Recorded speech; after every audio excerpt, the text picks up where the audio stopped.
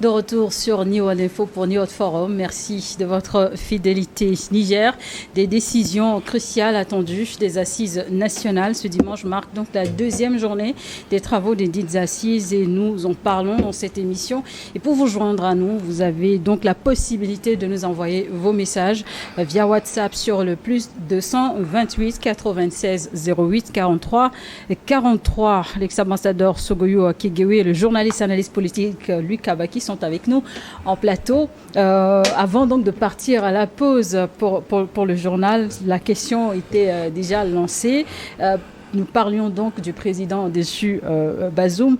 Est-ce qu'il faut s'attendre au sortir de ces assises qu'il y aura une décision qui pourrait éventuellement le concerner? Luc Kabaki. Moi, j'ai suffisamment parlé de ce sujet. Écoute, je ne vois pas l'intérêt. À partir du moment où l'ONU se mêle de l'affaire, l'ONU est venue polluer grave. Ah, il faut libérer Bazoum sans condition. Quand Bazoum et ses terroristes tuaient les gens là, où était l'ONU? Où était l'ONU? Donc on peut tuer qui on veut, on peut faire tout ce qu'on veut. Parce que bon, il avait des deals avec vous, uranium, pétrole, chacun recevait son enveloppe. Aujourd'hui, il faut le libérer sans condition. Aucun cas n'est tenu de toutes les victimes, mortes, blessées et tout. Il faut le libérer sans condition. Quand l'ONU prend fait aux causes pour quelqu'un, sachez que c'est un criminel. Donc, il n'a droit à aucune pitié. Liberté sans condition, peut-être pas, mais le peuple nigérien serait intéressé de savoir si au moins il y aura un jugement. Quel est le sort? Non, c'est le jugement que ces instances-là, en fait, ce n'est pas l'ONU, hein, vous savez qui est caché derrière l'ONU pour piquer.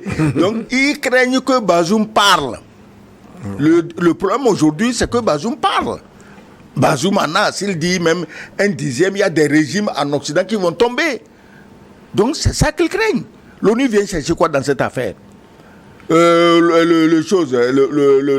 L'Union africaine, il vient chercher quoi dans ce bordel-là? L'Union africaine, la dernière fois, je disais tantôt qu'à une réunion sur le Congo, on a mis Moussa Faki dehors.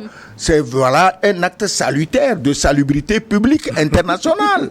Voilà, on a encore élu quelqu'un et je viens de voir le jeune Mamad Déby qui est à Addis Abeba, qui est en train de leur dire que mais, leur Union africaine, ça ne sert à rien. Et il a raison, ça ne sert à rien. Ils sont là pour répercuter les décisions des puissances extérieures qui ont esclavagisé l'Afrique depuis 400 ans et l'Union africaine est là pour répercuter leurs décisions, pour punir les États africains, pour punir les Noirs qui veulent un peu de liberté. Alors, Kaka, mais nous, on te soutient. Des gens courageux comme toi, il n'y en a pas beaucoup. Non, c'est vrai. Vous voyez que avec l'action qui a été menée au Sahel, les langues commencent à se délier en Afrique. C'est des chefs d'État prennent des paroles pour critiquer des institutions régionales et sous-régionales. Et ça, c'est intéressant. C'est pour ça, d'ailleurs, que nous disons que cette dynamique amorcée au Sahel et que nous soutenons fermement est irréversible. C'est la voie par laquelle l'Afrique va s'affranchir de tout cela. Merci. Bonjour Niwa. Déjà, on a des dizaines de messages qui nous parviennent. On va commencer déjà par lire quelques-uns. Le premier sur lequel je suis tombée, il faut déjà savoir que là, désormais, on commence par trier, envoyer les messages bien précis, bien clairs pour qu'on puisse les lire à l'antenne, pour que tout le monde puisse comprendre le fond de vos pensées. Le plus 226. Bonjour Niwa et tous vos téléspectateurs. Continuez toujours votre émission très noble et qui est celle du réveil de conscience de la jeunesse africaine. Continuez, toute l'Afrique vous suit. Bonne émission à vous. Merci à vous également de nous suivre. Guinée-Conakry, Lanciné Traoré, bonjour mes aimables débatteurs et la présentatrice. Merci. Je crois quelqu'un aussi ne bougeait pas, mais aujourd'hui il a bougé. Ah oui, Gilles Boko est en mission. Je respecte infiniment le général Tiani. Pendant peu de temps de sa gestion du Niger, il a dépassé les présidents Issoufou et Bazoum en matière de sécurité et de la récupération légitime des mines du Niger par le simple fait de chasser les armées étrangères qui couvraient les terreau. Je pense bien que les décisions de ces assises nationales vont énumérer l'intérêt du Niger dans les axes de développement socio-économique et politique du pays. Chaque pays africain cherche un président patriote. Alors, le trio de l'AES a déjà fait les preuves. Bon dimanche à vous. Merci à vous également. Bonjour, le forum à Balo d'Italie. Bonjour à tous, bonjour le plateau. La RDC est victime des Occidentaux. J'ai suivi un ancien Premier ministre de la France sur un plateau de télévision. Il affirmait ceci: les Occidentaux ne doivent pas assassiner l'avenir. Ils optent pour la négociation avec le Sud global. Je pose cette question à tout le plateau. Aimerez-vous cette négociation? Si oui, qu'est-ce qu'on peut conclure de bon avec l'Occident? Pour moi, rien. Bonne émission. Mais qu'est-ce que vous voulez conclure avec l'Occident? Pour l'Occident, posséder l'Afrique est une question de vie ou de mort. Tu ne vas pas aller demander à quelqu'un de se suicider. Donc, je ne sais pas ce que vous voulez négocier. Non, voilà. Dans tous les cas, est-ce qu'il y a un seul continent ou un seul pays au monde qui a défini son sort à partir de ce que les autres pensent de dehors? Donc, ce ne sont pas avec des gens aussi véreux qui nous ont donné la preuve pendant des siècles, qui ne sont là que pour nous piller, pour nous décimer. À la limite, ils veulent même l'Afrique sans les Africains désormais. Donc, on comprend clairement qu'à partir du moment où la nature nous a nantis de toutes ses ressources, on a nos capacités intellectuelles, etc., il faut réfléchir par nous-mêmes. Et c'est ce que les pays de l'AES sont en train de faire aujourd'hui, notamment avec les assises, qui permettent de réfléchir sur le potentiel existant et comment il faut le valoriser. C'est tout. Bonjour Niwod, je suis David Amon, je vous écris depuis Zangara, là nous sommes à Lomé au Togo. Ma question est de savoir, avec les réformes politiques qu'apportent les militaires au pouvoir de l'AES et qui fait donner de la joie au peuple, aux populations dans ces pays, le Togo ne peut-il pas aujourd'hui produire quelque chose de ce genre pour que nos populations jouissent des fruits d'une bonne gouvernance? Oui, la bonne gouvernance, on en parle, il faut en parler, ce n'est pas un tabou. Parler de bonne gouvernance au Togo comme ailleurs, ce n'est pas un tabou. Et maintenant, moi, ce qui me fait rire, c'est qu'on dit, le Togo veut aller dans l'AES. Ça veut dire quoi? Ça veut dire que le Togo veut imiter la gouvernance de l'AES, mais il faut voir l'hystérie de certains éléments qui se disent panafricains et qui croient que pour aller dans l'AES, il faut leur demander l'autorisation. Ah non, si le Togo va dans l'AES, moi je vais boire le ciment. C'est une poufiasse là qui racontait ça la dernière fois sur les réseaux. Mais tu vas boire le ciment, pourquoi? Parce que aller dans l'AES, ce n'est pas une question du président, c'est le pays dans son ensemble. C'est l'intérêt global de tout le pays qui est en question. Donc, il faut que nous sachions en tant que Togolais ce que nous voulons. Est-ce qu'on veut vraiment faire ce que les gens du Sahel font? Auquel cas, on les rejoint, on travaille avec eux. Maintenant, quand on dit on les rejoint, vous refusez. Vous voulez quoi concrètement? Il faut que quand les gens refusent, qu'ils fassent des contre-propositions et on va en tenir compte. Parce qu'il y a, permettez-moi un instant, il y a des gens, sous prétexte d'être panafricains, ils promènent leur gros ventre bédonnant d'un coin à un autre du Sahel pour donner des leçons. Et tu t'imagines, un énergumène a voulu donner des leçons de panafricanisme aux Maliens. Le Mali n'est pas panafricaniste. Le Mali est lui-même le panafricanisme. Donc, quelle leçon tu es un simple panafricaniste qui bavarde. Quelle leçon tu donnes à quelqu'un dont le sang, les chromosomes, les cellules est panafricanisme? Quelle leçon tu veux leur donner? Donc moi je crois qu'il faut arrêter ces blagues-là quand on n'a pas assez de culture en géostratégie, en géopolitique, en géoéconomie, en géosociologie. Quand on n'a pas ça, c'est pas la peine de bavarder. On n'est pas obligé de parler parce qu'on s'est autoproclamé panafricain. Je vous ai dit ici une fois, deux fois, trois fois même que moi je ne veux pas ces titres de panafricain là parce qu'il y a n'importe trop de bordel dedans. Et il y a des individus aujourd'hui dans cette bande-là qui croient que si tu veux être panafricain, il faut leur adresser une demande et qu'ils te donnent l'autorisation avant que tu ne sois panafricain. Mais ils nous font honte. C'est une grosse honte. En clair, rejoindre l'AES n'est pas un effet mode. Il faut y trouver, il faut que les pays y trouvent un intérêt et remplissent les conditions éventuellement. Gloire à Dieu, Tout-Puissant pour le sauve de vie. Merci. Nous voici encore présents pour suivre la messe de dimanche. Mes civilités à vous, l'éminente modératrice Charlotte. Merci. Monsieur Abaki, à l'impeccable Sogoyou, je vous décerne mon satisfait. Je souhaite un bon séjour à Gilles à Niamey, longue vie à vous et à Niwod, que la paix règne en Afrique et partout où besoin y est. Bonne émission à vous. Oui, on a besoin de la paix partout dans le monde. Justement, le message nous vient de Niamey, parlant de Niamey sur le plan diplomatique. À quoi s'attendre au sortir de ces assises en ce qui concerne les tensions avec notamment le Bénin, l'Algérie aussi? Non, mais attendez, le peuple du Niger est un peuple qui s'organise pour se construire à nouveau, en coupant les chaînes des ennemis qui œuvrent et qui sont dans le complot contre sa vie. Donc, ça veut dire tout simplement que ce soit face au Bénin ou les puissances occidentales, etc., tant qu'il y a un pays qui ne s'engage pas dans la dynamique d'accompagner le processus d'épanouissement et de construction de cette nation-là, ce n'est pas une complaisance que de développer des relations de coopération et de diplomatie avec un pays. C'est en visant des intérêts propres à un peuple qu'on établit des relations et on les protège, voyez-vous, et vice-versa. Donc ça veut dire qu'il n'y a pas un effort particulier à faire. Le Niger a juste besoin de définir une vision et des principes de gouvernance. Donc, lorsqu'un pays veut composer avec ce Niger, il sait qu'il doit y adhérer. Tout simplement. Et puis voilà. Donc, il n'y a pas question de viser particulièrement le Bénin ou un quelconque pays, qu'il soit de l'Occident ou d'ailleurs. Mais il s'agit de définir des règles universelles qui permettent au peuple nigérien de sortir de l'ombre et de tirer les marrons du feu. Un message de Richard Tagba du Togo. Bonjour madame, bonjour à vous, mes fraternelles salutations. Je salue aussi nos grands frères Lucas Baki et Sogoyo Kegewe et nos autres éminents intervenants sur votre chaîne Niwa TV. Monsieur Gilles, soyez salué de là où vous êtes, depuis Niamey. Okay. C'est Richard Tagba, donc je le disais depuis Kara. Je vais poser une question qui semble naïve. Pensez-vous que les assises nationales qu'on organise souvent sont les meilleurs moyens pour sortir les pays des crises et si elles aboutissent toujours à des solutions escomptées? Ce ne sont pas les meilleures solutions, mais il n'y a pas d'autres. Est-ce que vous avez une autre formule à proposer au lieu d'assises nationales? Bon, je ne sais pas, il faut trouver une formule.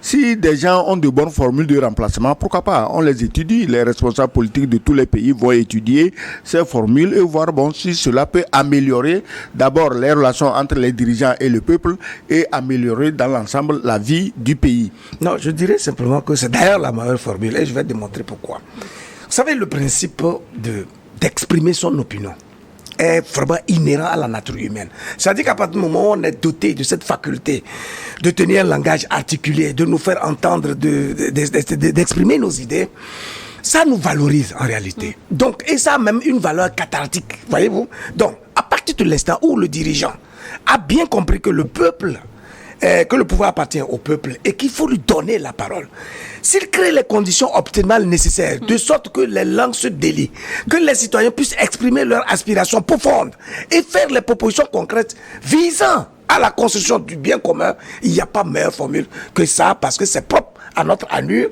à notre nature d'être humain. Ceci dit, c'est vrai que parfois, il y a des organisations un peu biaisées. C'est-à-dire qu'on dit, oui, on fait des assises, on fait une conférence nationale, je vous ai dit à l'instant, j'ai rappelé tout à l'heure, les conférences des années 90, où tout était phagocyté, tout était biaisé, il y avait une certaine forme d'insincérité. Et donc, du coup, on galvaude. Les choses ont évolué depuis...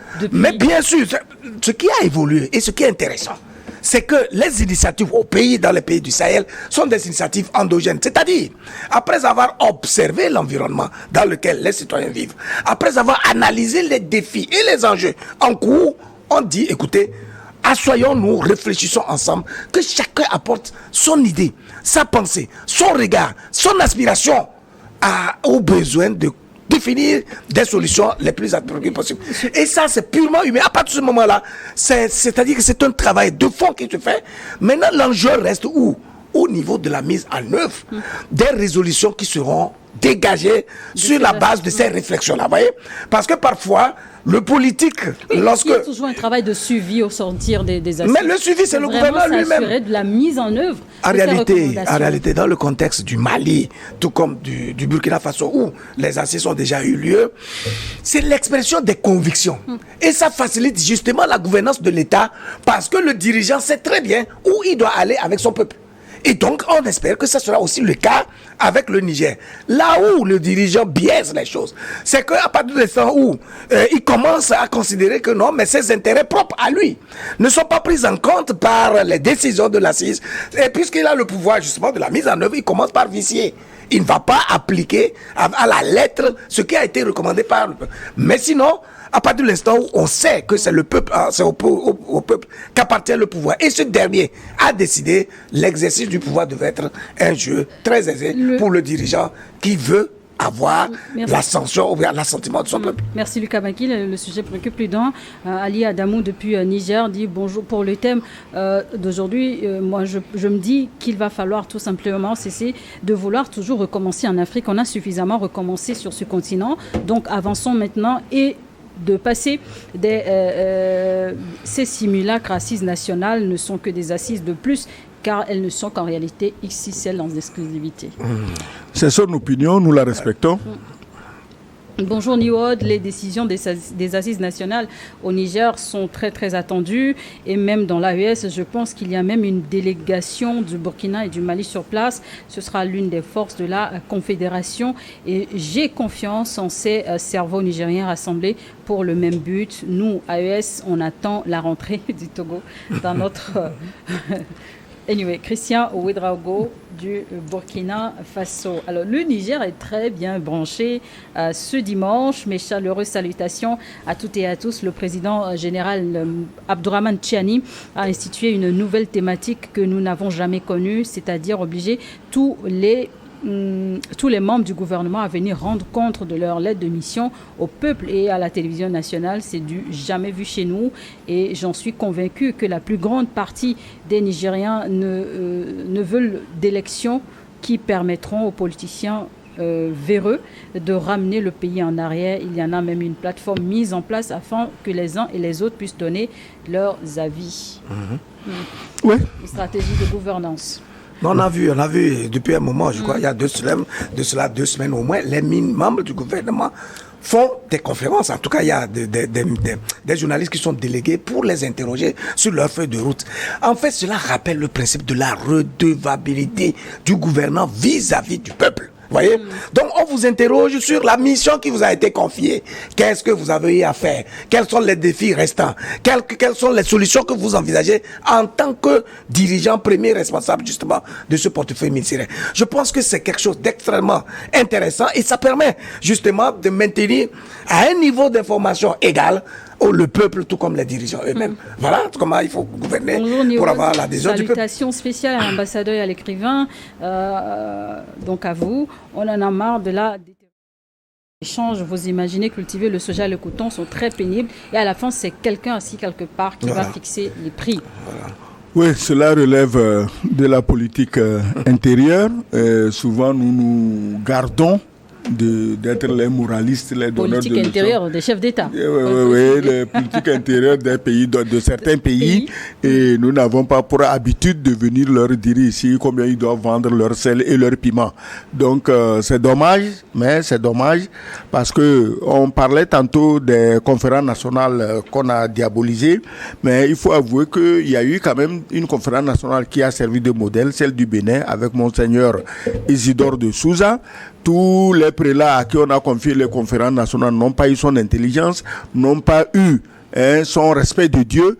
Et il a fait une très bonne conférence et le Bénin a bâti sa démocratie, même si aujourd'hui, peu à peu, c'est vidé de sa substance et les choses se passent comme nous les voyons.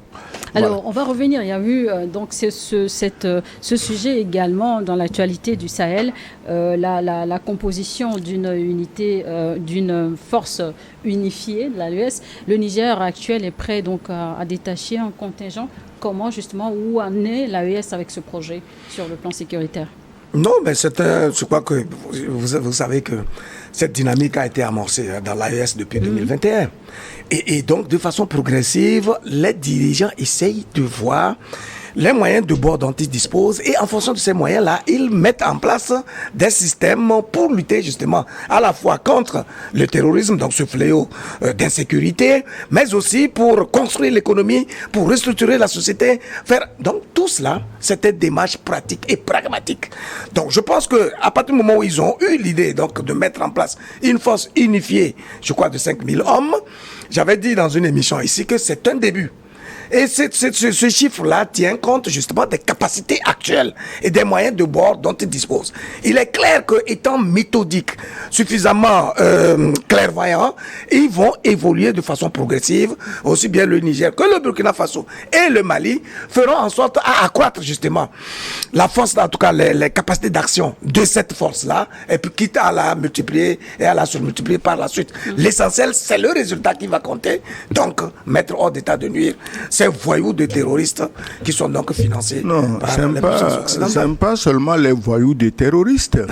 Ceux qui ont mis sur pied la force anti-putsch, ce n'étaient pas des terroristes. Ceux qui avaient 850 hommes bien armés avec nourriture dans le sac à dos, ce n'est pas un terroriste. Ceux qui ont dit qu'ils ont tout essayé, ça ne marche pas, ils vont passer à l'attaque, ce n'est pas des terroristes. Le problème aujourd'hui n'est pas les terroristes, mais c'est les pays voisins qui épousent l'idée de l'envahisseur extérieur qui a envoyé les terroristes. On a une question d'un téléspectateur du Bénin. Quelles conséquences devons-nous tirer, les Nigériens, dans le cas où le rappel de l'ambassadeur du Bénin au Niger par les autorités béninoises? Et à ce sujet, je voudrais dire quelque chose. Je sais que beaucoup de personnes seront déçues. Mais je dois le dire parce que c'est ça qui est la vérité. Un ambassadeur, on dit, il parle au nom de son pays. Donc, il dit ce que son pays lui dit de dire. Mais il ne peut pas se lever de son propre chef et dire des choses au nom du pays, sachant que ces choses sont très sensibles. Les relations entre le Bénin et le Niger, tout le monde le sait, ce ne sont pas les meilleures. Donc, maintenant, si toi, l'ambassadeur, tu es convaincu de la nécessité de les améliorer, ton travail, c'est de faire de bons rapports à ton pays. Ton président et ses collaborateurs jugeront et prendront les décisions. Tu ne peux pas aller ambassadeur dans une brousse quelque part, tu dis non, qu'on demande pardon au nom du pays. Ça ne se fait pas. Et s'il voulait écrire ou faire des choses comme ça, il n'a qu'à quitter l'ambassade, se faire journaliste et écrire des tribunes où il appelle au pardon. Donc, ce n'est pas une bonne chose de faire comme ça. De là à le rappeler, effectivement, le sujet est trop sensible. Voilà. Tu ne peux parler et dire que ce que ton pays, la position de ton pays. Assalamu alaikum à vous tous sur et le si plateau. tu ne la supportes pas, tu démissionnes. Ah oui, si ça ne te plaît pas, tu pars. Merci beaucoup pour ce sujet, puisque chez nous, ça fait un grand débat entre les citoyens, surtout avec la présence de l'ancien président Mamadou Issifou. Au point de vue des citoyens nigériens, nous n'avons pas besoin d'élections au Niger. La démocratie est étrangère. Pour nous, Nigériens, et encore avec les leaders politiques au pouvoir, les ennemis extérieurs seront les bienvenus. Malheur à tout homme politique. Bon, je ne sais pas si vous avez compris un peu le fond de son message. Oui, on a compris. Gilles, j'aime quand tu contextes... Alors, c'est plutôt Luc. Ah oui, Luc.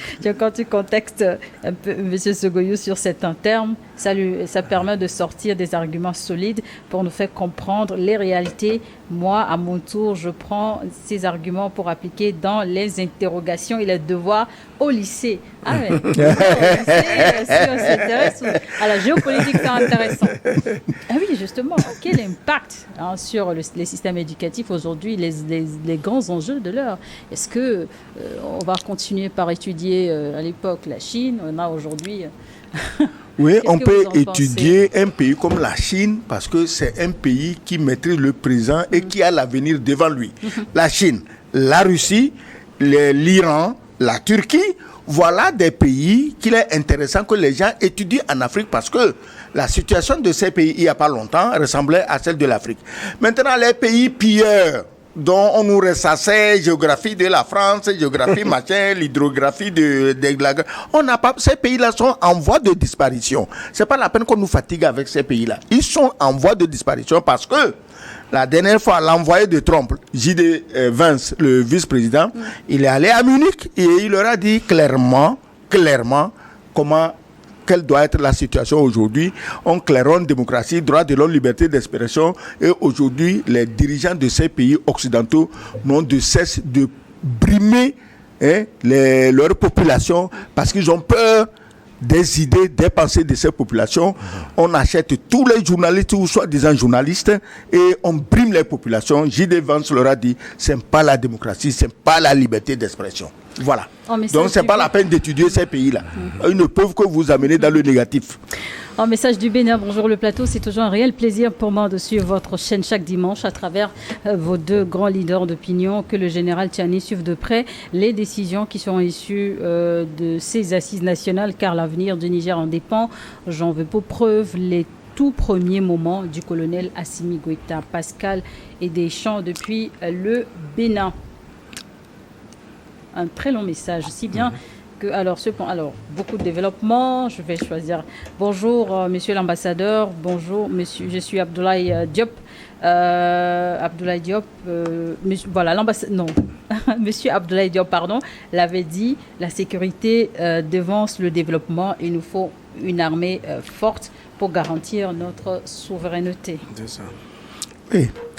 On ne va pas faire l'erreur que fait le Congo-Zaïre. Vous êtes assis sur un coffre-fort, c'est vous qui avez l'or, c'est vous qui avez le diamant, c'est vous qui avez le coltan, c'est vous qui avez l'uranium, c'est vous qui avez le cuivre, et vous n'êtes pas en mesure de bâtir une armée capable de défendre toutes ces richesses. Mais ici, quand quelqu'un a 10 000 francs dans sa chambre, il prend un gardien.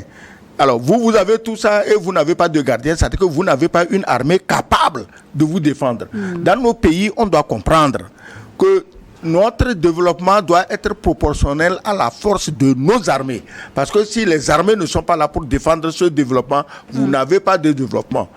Voilà. Bonjour Charlotte, bonjour cher aîné, ambassadeur Sogoyou, Luc Abaki. Je suis ravi de vous retrouver ce dimanche. À propos du thème, nous devrions encourager les Nigériens à poser les bonnes bases du décollage de leur développement et lors de ces assises qu'ils privilégient la langue locale pour certaines décisions, qu'ils expulsent les espions de la salle. Bonne suite de débat. Ah ouais, débattre en langue locale, quels peuvent être les avantages? Ah ben, s'il y a une langue nationale, c'est tant mieux. On peut donc, c'est l'expression justement de cette souveraineté-là et une façon d'assumer cette identité.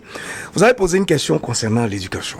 Je pense que c'est une question cruciale, essentielle pour nos États. À travers l'éducation, on fait quoi? C'est le processus qui permet de repiquer dans l'esprit de l'apprenant les valeurs, les idées, en tout cas le regard qui sera en mesure de porter sur sa société et en même temps qui se définisse une marge de contribution pour la vie de son pays.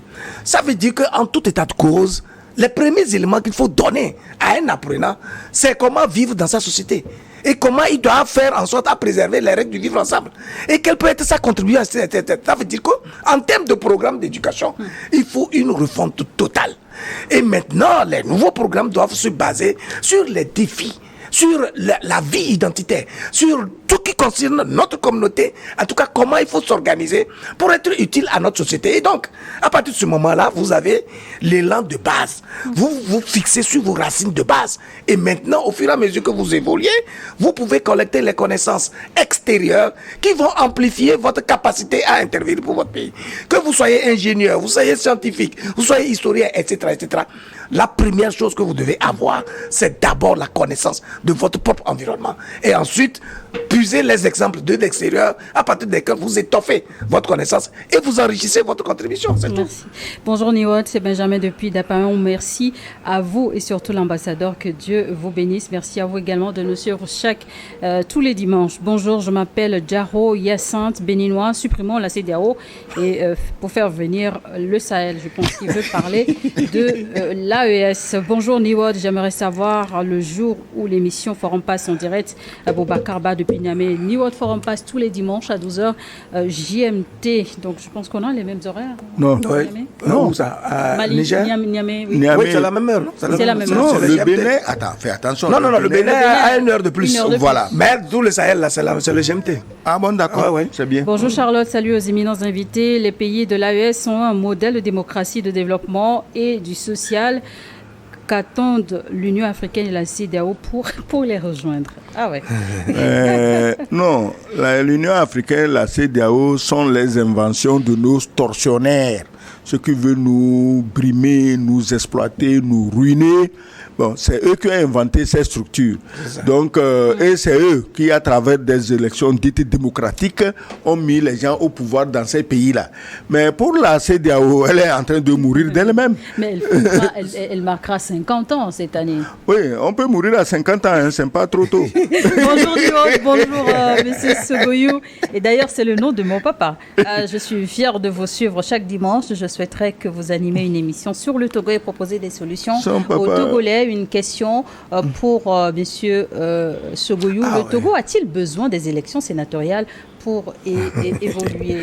Alors, ce scrutin a je voulais rectifier une chose. Au Niger, il y a 1 heure de plus. Il y a 1 heure de plus. Voilà. D'accord. Il y a 1 heure de plus. Alors, donc, s'il sonne 12 heures à Lomé, il est 13 heures à Niamey. Voilà. C'est ce que je disais. En direct, désormais, sur Facebook, Meta, et YouTube. Le gars dit que son papa s'appelle Sogoyou. Oui. Alors, la question, c'est alors, une question portant sur le relative au Togo.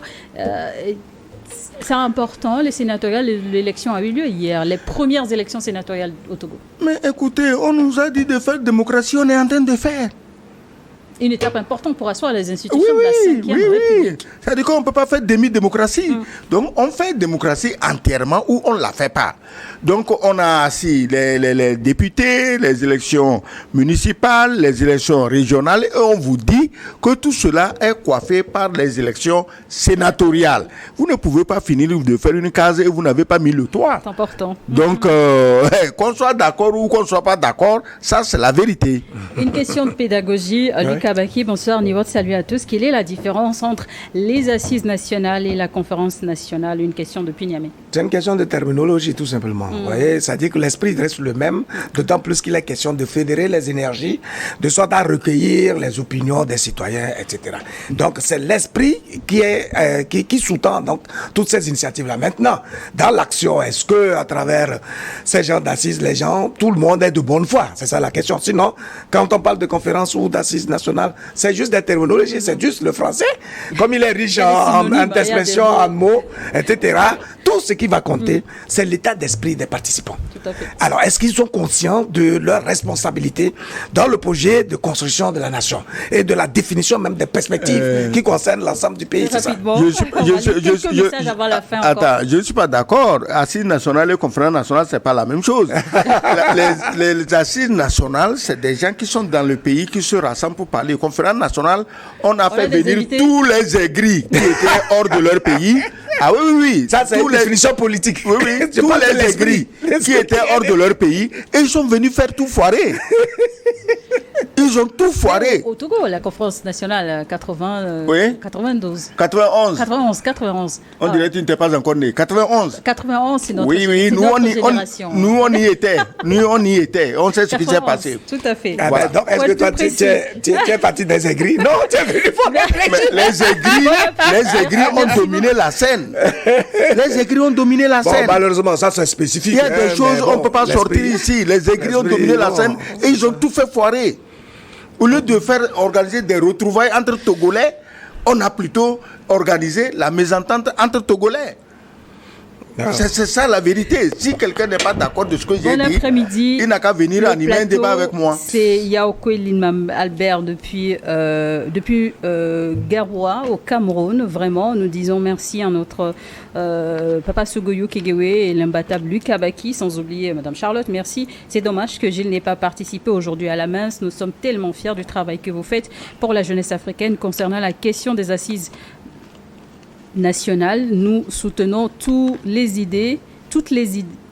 nous soutenons tous cette idée, mais nous voulons aussi qu'ils ne sortent pas nous déranger avec des questions des élections, car ce que le général Tiani fait, il est là pour minimum 10 ans avant les élections. Vive l'AES, mais je pense que ça revient au peuple de décider. En tout cas, c'est une opinion qu'il exprime, c'est normal. Le peuple décide, mais le peuple est aiguillonné et orienté. Voilà, on ne décide pas au hasard. Journaliste, chapeau à Sogoyou et à lui de nous avoir élucidé sur beaucoup de sujets, à savoir sur les attitudes des Occidentaux. Alors, un autre message. Thank you for your great work. Un message en anglais. Bon, malheureusement, New Forum n'est pas encore en anglais, mais aussi le. Non, vas-y, c'est pas. Vas-y, tu peux Okay, lire. great. So thank you for your great work you have been accomplishing for our countries. The African Union is like a council for the different countries. We need to dismiss this organization and create a new one which will represent the African people. For Traoré, from Traoré, Assimi Goïta. yeah, no. Ouais, Traoré, Dallas, Texas. Have a great weekend. May God bless you. L'Union africaine qu'il faut Non, avoir. mais traduit, tu vois, l'Union il fallait que africaine. tu lises pour qu'on sache que tu maîtrises aussi Ah l'anglais. bah oui, bien. Merci pour l'opportunité et aussi l'occasion pour moi de vous dire que nous avons New York d'anglais. Hein, Il y a une dame extrêmement courageuse, je crois qu'elle s'appelle Arikana Chiambori, quelque chose comme ça, elle est de l'Afrique australe. Mais elle a tout dit sur ces organisations bidons là. L'Union africaine, mais il faut mettre ça à la poubelle. Elle n'apportera rien aux Africains. Depuis qu'elle est là, elle n'a rien apporté. Dites-moi, qu'est-ce qu'elle peut apporter aujourd'hui? Vous êtes Union africaine, tout ce continent, le plus riche du monde, vous faites construire votre siège par la Chine qui le truffe de micros.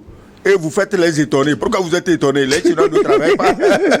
C'est pas des missionnaires, c'est pas les gens de l'abbé Pierre, même eux. Donc, ils ont fait des micros parce qu'ils veulent savoir qu'est-ce que vous pensez, qu'est-ce que vous dites. Alors, toute l'Afrique, là, vous ne pouvez pas construire un siège digne de ça. Demandez des cotisations. Les individus, les privés, nous tous, on peut mettre 100 francs dans la CBI. Donc, il faut balayer tout ça, là. Ça ne sert à rien.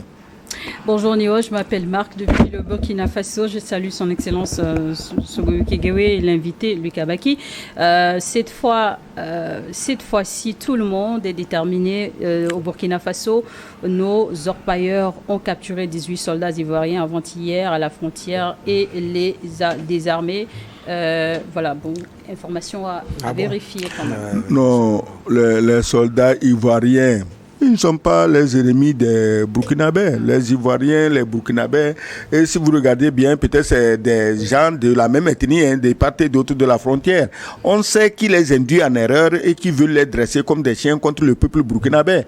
Donc ce n'est pas les soldats, c'est ceux qui les envoient qui posent problème. Voilà. Je suis Nignan Clément depuis Ouaga. Bonjour le plateau, bonjour à vous également. Un nouveau vent souffle sur l'Afrique de façon irréversible. L'exemple des pays de l'AES montre qu'il y a une autre voie pour la démocratie, une démocratie au service des peuples. Les assises en cours au Niger donneront une voie pour les Nigériens. Cela renforcera aussi la marche dans les 3 pays de l'AES. Bon dimanche à vous. Justement, une question qu'on avait évoquée, est-ce qu'on avait eu le temps de développer, je n'en sais pas, mais je la repose. Le nouveau patron de l'Union africaine et le dossier de l'AES, à quoi s'attendre? Il y a quel dossier? L'AES a quel dossier? Justement, est-ce que c'est figé, est-ce que c'est clos, ou est-ce qu'il y a encore écoutez, des zones d'ombre? Les pays de l'AES ne se plaignent de rien. Ils sont engagés pour se construire et s'assurer un développement harmonieux. D'accord? C'est un modèle de gouvernance que nous soutenons. Maintenant, un président de la Commission de l'Union africaine, s'il a envie de travailler, il n'a qu'à travailler pour pousser les autres pays qui sont dans la complaisance, dans le suivisme, dans la vassalisation totale, à suivre l'exemple des pays de l'AES, tout simplement parce que, en tant que président de la Commission de l'Union africaine, il a une responsabilité. Il doit contribuer à faire en sorte que les dirigeants de chaque pays soient plus consciencieux des défis qui se présentent à l'Afrique. Donc ça veut dire que son défi principal, ce n'est pas vis-à-vis des pays de l'AES, mais c'est vis-à-vis des pays, des dirigeants qui sont là pour trahir le destin de leur peuple. Tout simplement. Sinon, pour l'AES, c'est tranquille. Nous sommes là, on accompagne ça. Il ne faut pas... Écoute, président de la commission de l'UA, mais partout, quand il y a un président de la commission, c'est un fouteur de merde. Vous avez vu ce que le fameux président de la commission de la CEDEAO, le Gambien ou chose, quand il ouvre sa bouche, c'est une catastrophe totale. Même en Europe, président de la commission de l'Union européenne, c'est une voleuse patentée. Elle a détourné des milliards avec SMS, des milliards du Covid. Elle encourage une guerre en Ukraine où elle n'enverra jamais son fils. Voilà, président de commission, c'est président de merde. Bonjour le plateau, c'est Tarbagdo Sidi Ahmed depuis Ouagadougou. Une question, que pensez-vous de la nouvelle candidature des doyens Paul Biya au Cameroun? Il n'y a plus personne dans ce pays, c'est une question. Bon, c'est pas le sujet. C'est le peuple camerounais. La question c'est quoi? Que pensez-vous de la candidature du président du doyen Paul Biya? Voilà, bon, il a fait du pouvoir un métier. Attends. Paul Biya a dit n'est pas président de la République qui veut. Qui peut. Bon, donc c'est la réponse que je lui donne.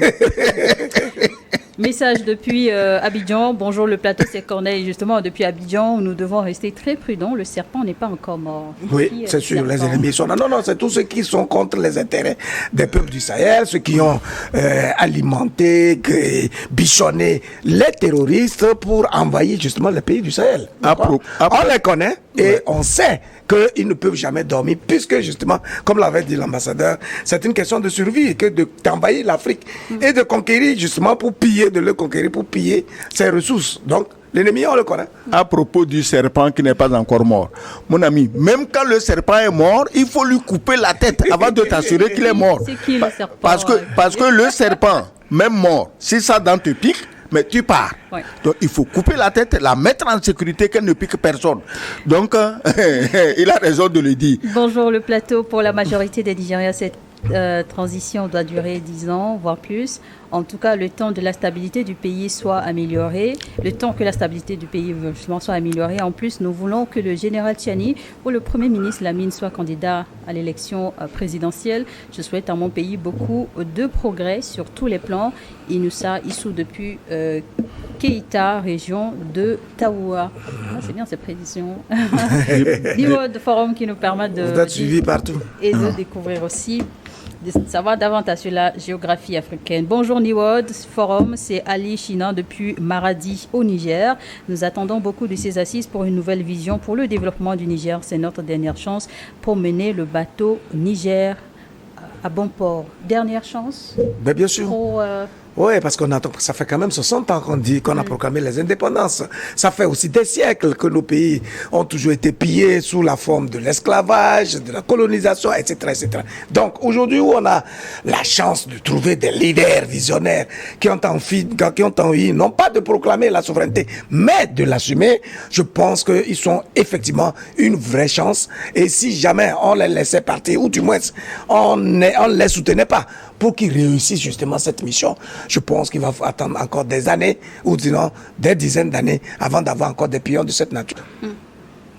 Bonsoir, ici c'est Saïdou Adamou, au Souraj depuis Niamey, à Zender. Ah, mais tout Niamey est bon. Oui, c'est bien.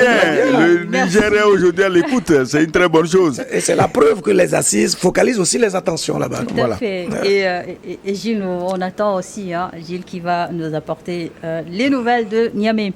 Je salue tonton Sogoyo, Luc Abaki, le duo cool, les pragmatiques qui illuminent les esprits sombres. Les esprits sombres en Afrique?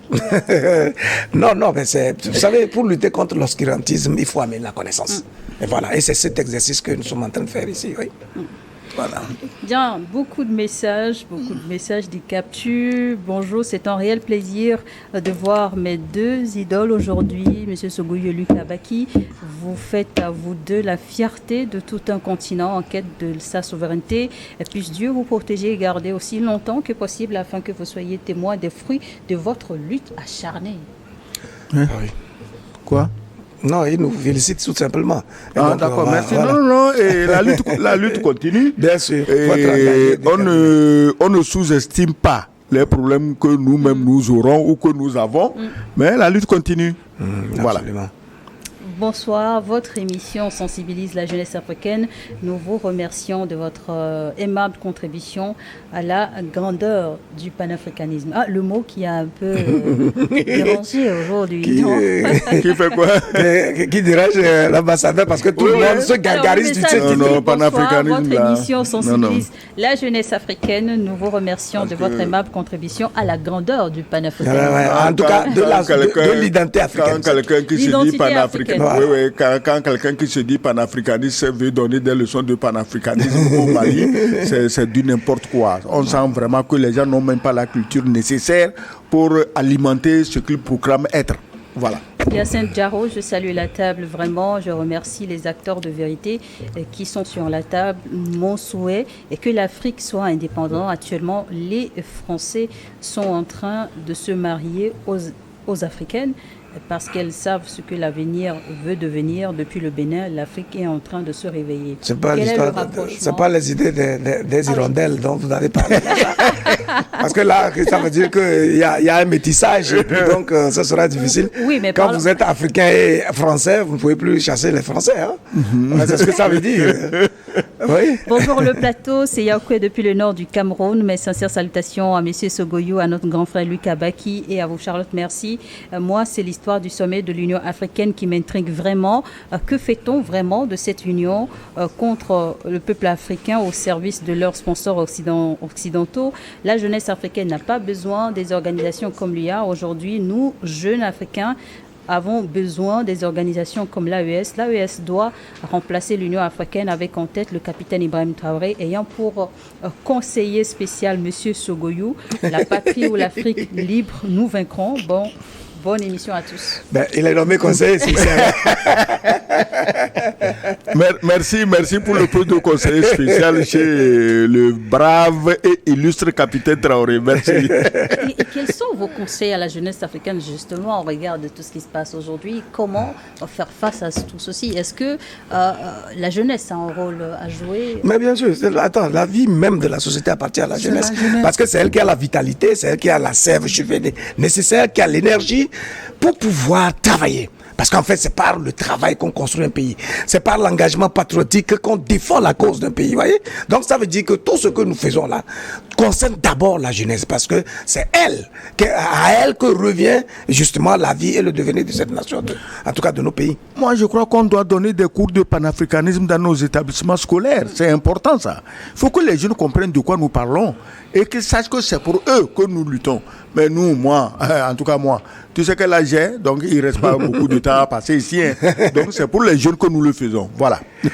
Et le Togo, on va aussi le rappeler, le Togo donne rendez-vous très prochainement à l'Afrique pour le 9e congrès panafricain, un projet aussi qui tient à cœur aux autorités togolaises. Peut-être là également, vous apprendrez beaucoup sur le panafricanisme. Oui, tu sais, moi ce qui me fait rire, le Togolais est tellement méchant, tellement mauvais, que même ça là, au lieu que tout le monde se lève, acclame, encourage le gouvernement, des gens ont des choses à dire aussi contre ça. Qu'est-ce que les gens veulent concrètement quand vous détruisez une idée? Il faut en proposer une nouvelle. Vous avez des têtes désertiques. Vous n'avez rien à proposer à part détruire les idées des autres. C'est pas normal. Merci beaucoup. Nous sommes presque à la fin de cette émission. Un dernier message sur le sujet abordé aujourd'hui, Lucas Baki. C'est de saluer l'engagement du peuple nigérien à s'assumer par lui-même. Le principe naturel de vie, c'est de disposer de soi. Donc, le peuple du Niger a un pays, a un environnement qui regorge des ressources, etc. Il est question aujourd'hui de s'engager à assumer véritablement cette identité et capitaliser tout le potentiel endogène existant dans ce pays-là. Il en a été de même pour le Mali comme pour le Niger. Nous, comme le Burkina Faso, nous pensons que avec des leaders aussi visionnaires, tout à fait engagés, qui ont le sens aigu du sacrifice pour la nation, si ce rythme-là est gardé, ce cap est gardé, je pense qu'ils seront des modèles très inspirants pour le reste des pays du continent. Monsieur l'ambassadeur. Moi, je dirais tout simplement vive Tiani. Voilà. Merci beaucoup, merci à tous, merci à vous qui nous avez envoyé des messages. Il en reste encore des tonnes, malheureusement. On ne peut pas tout lire à l'antenne aujourd'hui. Merci de votre fidélité, merci pour ces riches contributions. Merci à nos évidents invités, Sogoyou Kegewe, ancien ambassadeur journaliste. Merci d'être passé sur ce plateau. Lucas Baki, journaliste écrivain et analyste politique, président exécutif de l'Institut africain des études stratégiques et de géopolitique appliquée. Merci à tous. Rendez-vous dimanche prochain à 12h GMT, même chaîne, Niwa TV.